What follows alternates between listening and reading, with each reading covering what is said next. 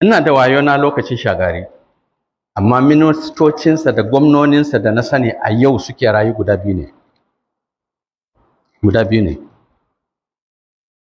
biyu ne rak, daga sarkin Suleja sai ba manga Tukuru. In kun san wani kuma to ni ban san shi ba, na mance da shi. Duk sauran sun tafi. Me yasa suka tafi? Yace mazzaqathumul hayatu bi tulihi wa danathumus sara bi kalkalihi. Wallahi yau da gobe ita ta kama su ta yayyaga su yadda kake yaga takarda, ta zubda su a ƙasa. Ƙasa ta ɗauki ƙirjinta ta danne su ka allam yawmu bil amsi. Sai ka rantse ka ce ba su taba zuwa doron duniyan nan ba. Su ba manya bane a lokacin? Ba su da kuɗi ne? Matansu ba su fi naku kyau ba? ‘Ya'yansu ba su fi naku ilimi ba? Ba su fi ku dukiya ba? Ba su fi ku mulki ba? Wallahi duniya ba ta bar su ba. Kuna tsammani ku duniya za ta bar ku? Kana zazzare idanu kana tambayan mutane, do you know who I am? Do you know me? Ayya, wallahi I know you. Ƙasa za ka koma, tsutsa ne za su cika. Is there anything more than that? Akwai abin da ya fi haka ne? Tsutsa za su shiga cikin kanta su cika, su yi ta ci. Is there anything more than that? Dukiyan da ka tara a can a duniya za ka barta.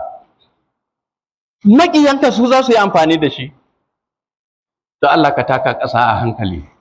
Taka a hankali waye? Kai haƙuri. Hiya duniya aqallu min al-qalili wa ashiquha azallu min az-zalili. Yace duniya ita ce karama mafi kankanta ga duk abin da ka sani karami. Kuma wallahi ita tafi walakanta a duk wani abin da ka sani walakantacce.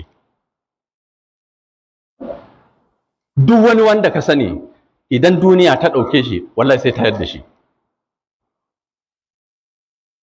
Akwai wani waƙan ɗan mara yana cewa duniya baki san gwani ba.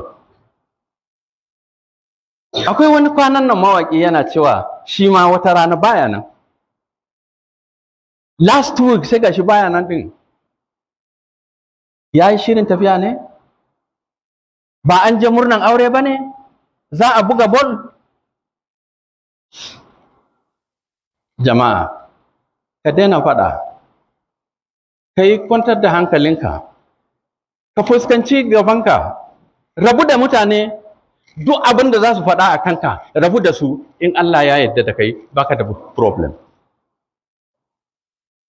In Allah yana son ka, kowa ma ya ƙi ka.